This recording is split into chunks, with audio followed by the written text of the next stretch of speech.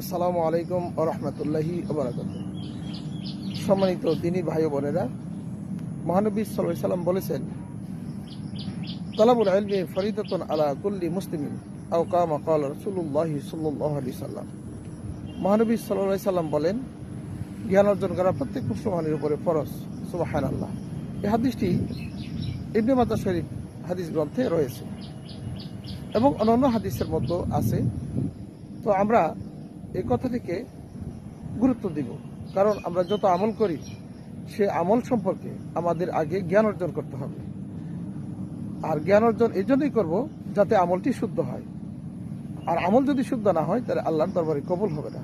তাই আসুন আমরা যেভাবেই হোক, যত পরিশ্রমী হোক এবং যত সাধনাই হোক না কেন, আমলের আগে সে আমলের জ্ঞান অর্জন আমাদের করতে হবে।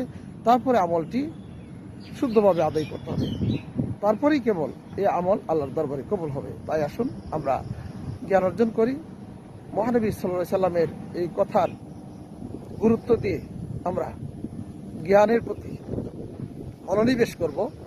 আল্লাহ পাক যেন আমাদের সকলকে জ্ঞান অর্জন করার তৌফিক দান করেন এবং প্রত্যেকটি আমলের আগে তার শুদ্ধতা, তার যে সঠিক নিয়ম কানুন, সেই জ্ঞান অর্জন করার পর আমাদের আমল করার তৌফিক দেন, সেই দোয়া করে মহান আল্লাহ তাআলার কাছে আজকের মতো বিদায় নিচ্ছি। আসসালামু আলাইকুম ওয়া রাহমাতুল্লাহি ওয়া বারাকাতুহু।